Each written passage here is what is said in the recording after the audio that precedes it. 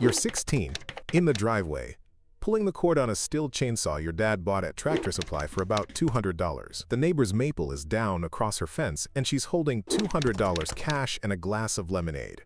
25 years later, you're sitting in a deposition chair in San Diego, billing $400 an hour to explain why a pin oak limb fell. Between those two moments sits a $39.5 billion industry, 50,270 payroll tree workers, and a fatality rate 30 times the national average. This is every level of cutting trees in America, and what it actually costs to climb. If you like breakdowns of how careers actually progress, like and subscribe so you don't miss the next one. Level 1. The kid with a chainsaw. You're 16. The storm came through Tuesday night, and by Saturday morning your phone is ringing. The Stihl chainsaw cost about $200 at Tractor Supply, and your dad bought it for clearing the backlot. Now it's yours. You wear safety glasses and the chaps your mother insisted on, nothing else. The neighbor's maple split at the crotch and dropped a limb across her chain-link fence. She offers $200 cash for the afternoon. You say yes before you've looked at the limb. The first cut binds the bar, you didn't read the tension. You wedge it free with a screwdriver and finish from the underside. By 3 o'clock, the brush is at the curb, the trunk is in rounds, and she hands you 10 20s from a coffee can.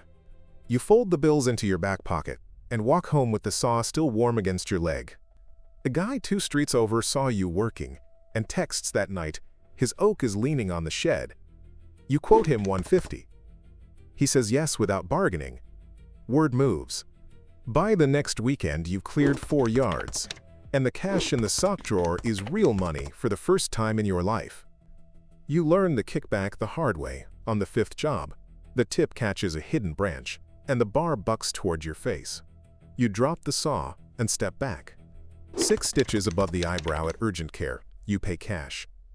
36,000 chainsaw injuries land in American emergency rooms every year. You're one of them now. The doctor asks if you wear chaps. You say yes. He asks if you wear a helmet. You don't answer. The first paycheck you ever earn from work you priced yourself folds different than any number on a W-2 ever will. You stop asking your parents for gas money. Ready for level 2? Level 2. The Groundie.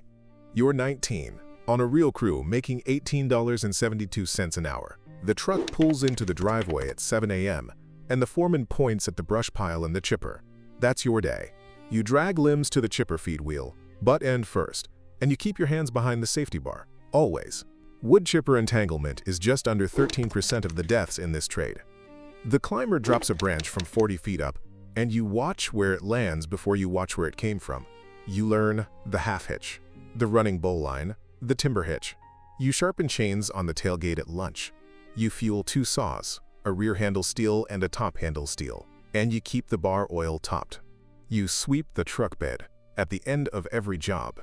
The company gives you steel chaps, a hard hat, eye and ear pro, and steel toes you bought yourself at Tractor Supply for $140. The first month is brutal. Your hands bleed through the gloves, your back locks up on the drive home, and you fall asleep on the couch with your boots still on. More than 2/3 of the workers who die in this trade die in their first year. You don't know that yet. The foreman knows it. He watches you for the first 6 weeks, the way a man watches a dog he hasn't decided to keep.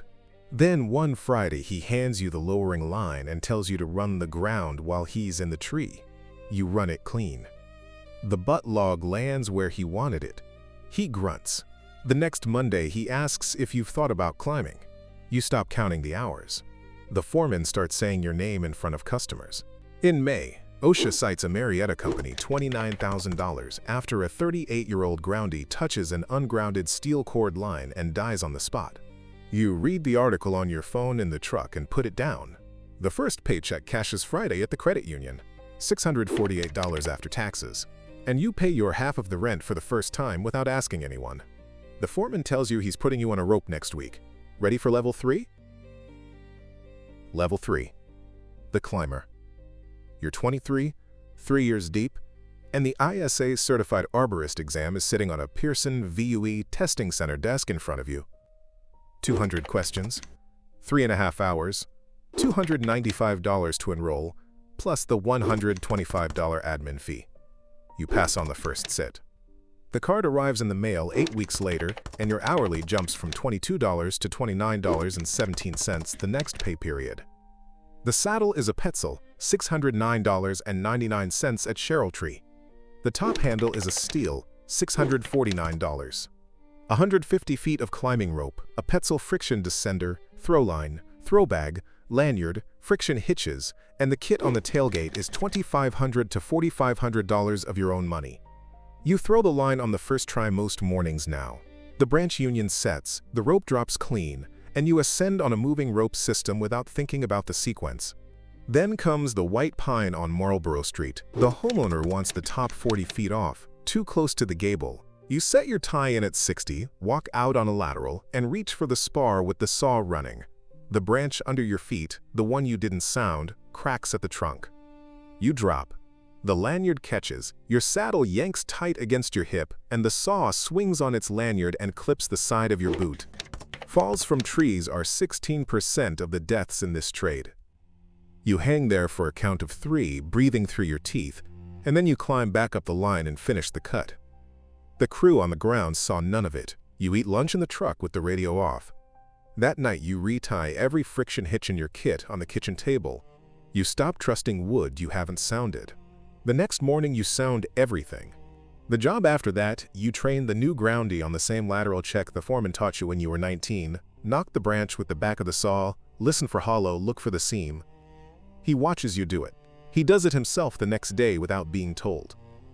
2 weeks later, the homeowner from Marlborough Street sends a check and a card. The wife wrote it. The card says her husband watched you from the kitchen window the whole time and told her he'd never seen anyone work that careful. You keep the card in the truck visor. The foreman puts you on the lead climber slot on the harder removals from then on. Ready for level 4? Level 4. The foreman. You're 30, the truck keys are yours, and the salary clears just under $90,000. You hold the CHRIQ credential, $625 for the 2-day course at the New England chapter, and the laminated card sits in your wallet behind your driver's license. You run a 4-man crew out of an Altec bucket truck the company bought used for $60,000. The chipper behind it is a Bandit. The stump grinder rides on a separate trailer. Each morning at 6:30, you walk the route on a clipboard. Brief the crew on the targets, the drop zones, the utility setbacks, and the sequence. The new Groundie ties the wrong knot on a butt log Tuesday morning. A slipped half hitch instead of a timber hitch, and the log swings into the side of the truck. $1,200 in bodywork. You don't yell. You make him tie the knot 10 times in front of you that afternoon, and he ties it correctly every job after that. The accountant calls Wednesday with the workers. Comp renewal. NCCI class code 0106. Tree pruning at $7.63 per $100 of payroll in your state, and you're in a good state. The bill is $30,000 on a $120,000 payroll. You sign the check and send it back same day. You start parking the truck around the corner from the house so the kids don't hear you come home angry. Then comes the call from a competitor. A small outfit 2 towns over rolled a bucket on a hill job, and the operator broke his pelvis. The owner offers you the contracts at 30 cents on the dollar. You take 6 of them. Your route doubles. The crew goes from 4 to 7. You hire 2 more Groundies and promote one of yours into a second climber slot. The first month is chaos. The second month, the roots settle. And the margin on the new contracts comes in at 22%, better than your old book. The owner of the company calls you into his office on a Friday and slides a profit share letter across the desk. You're on the equity track now. The crew calls you boss without irony. You sign your first job estimate as the named foreman on the contract that afternoon, a $40,000 municipal pruning contract, and the city accepts it Monday morning. Ready for level 5? Level 5. The line clearance journeyman. You're 34. You crossed over to utility work 2 years ago, and the base hourly is $31 at Asplundh, $63,700 a year before overtime. With storm work, you cleared just over $90,000 last year. The truck is white with a green stripe and the company logo on the door. The bucket lifts you to the conductors at dawn. OSHA 1910.269 Sabar. Within 10 feet of any conductor energized above 750 volts, a second qualified line clearance trimmer has to be in voice range at the ground. Your second is a guy from the Davy Tree apprenticeship class. He calls the distances out loud, 8 feet, 6 feet, 4 feet, and you trim to the mark. Electrocution is the leading killer in this trade, 18.3% of the deaths. NIOSH documents a Kentucky trimmer who didn't wear his rubber gloves and crossed the minimum approach distance on an uninsulated overhead. He was 34. You wear the gloves.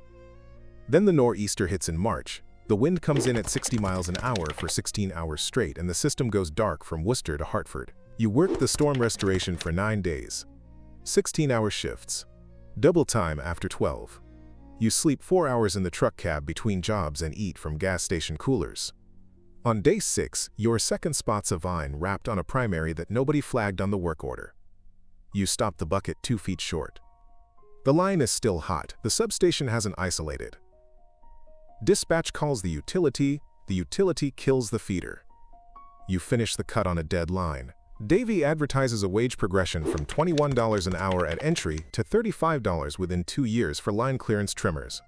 You hit the top of the scale 8 months early. The check from the storm restoration clears at $14,200 for 9 days of work. You pay off the truck loan in full. The 5 a.m. alarm doesn't wake you anymore. You wake before it, and the truck is already yours. Ready for level 6?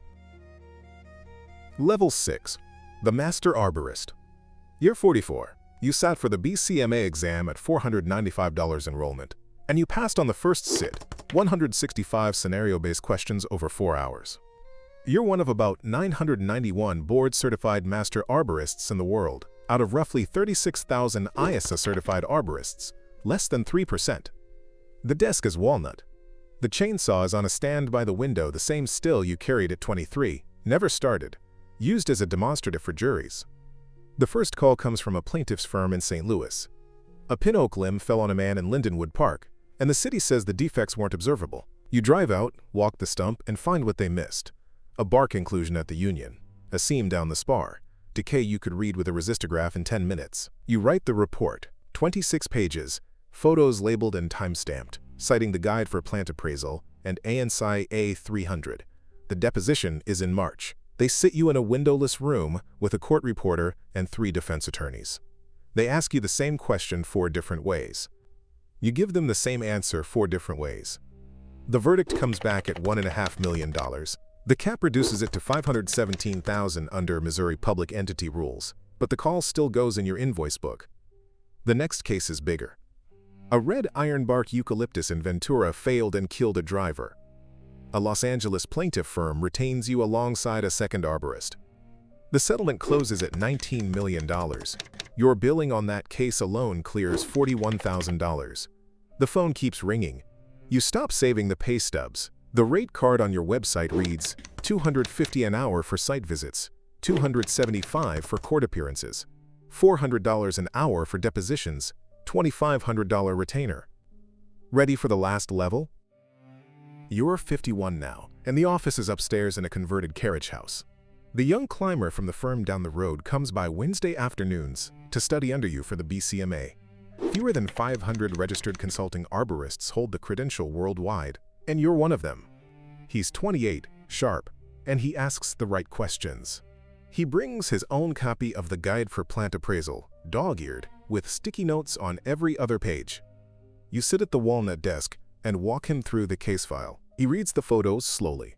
The Stihl chainsaw from the driveway, the one your dad bought at Tractor Supply for $199.95, is on the shelf behind your chair, in a glass case with a brass plate. Same saw, opposite weight. The bar oil is dry. The chain hasn't been sharpened in 11 years. The kid notices it on his second visit. He asks if it still runs. You say it doesn't matter. The neighbor whose maple split when you were 16 still lives on the same street. Her grandson does the yard now, has his own crew, charges $200 an afternoon. The driveway is the same driveway. You drive past it on the way to depositions sometimes. The rate card on your website charges what your foreman's whole crew used to bill in a week. The view from the desk is a row of climbing saddles on the far wall, yours, retired, hung neatly above the framed certificate. The kid ties a friction hitch on the desk edge while you talk. He ties it correctly the first time. You sign your name on the expert report at the bottom of page 26, slide it into the envelope, and seal it. The keys to the office are on the hook by the door, and they're yours.